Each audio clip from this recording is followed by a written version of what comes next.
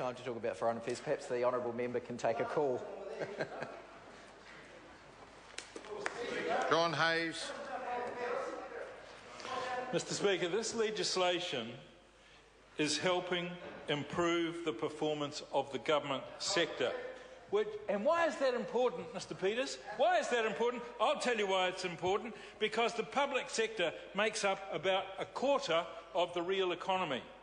In the last budget, we set out on a track of improving government finances and returning to surplus by 2014-15, and this legislation is going to help us to do it because the legislation will underpin a growing economy and a better performing public sector, something that you wouldn't know about, Mr. Peters, because what you did was to expand the size of the public sector without limit. And you are putting the burden on people in my electorate to pay the tax to cover that. So we need to get our economy in order. We need to get our public sector legislation in good order because we want a buffer to deal with the next financial crisis or natural disaster when it comes along.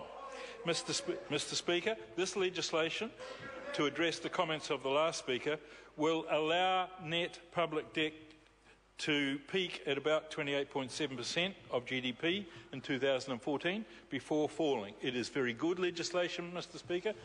It's the sort of legislation that enables wonderful services to be provided in our community, and I support this legislation absolutely.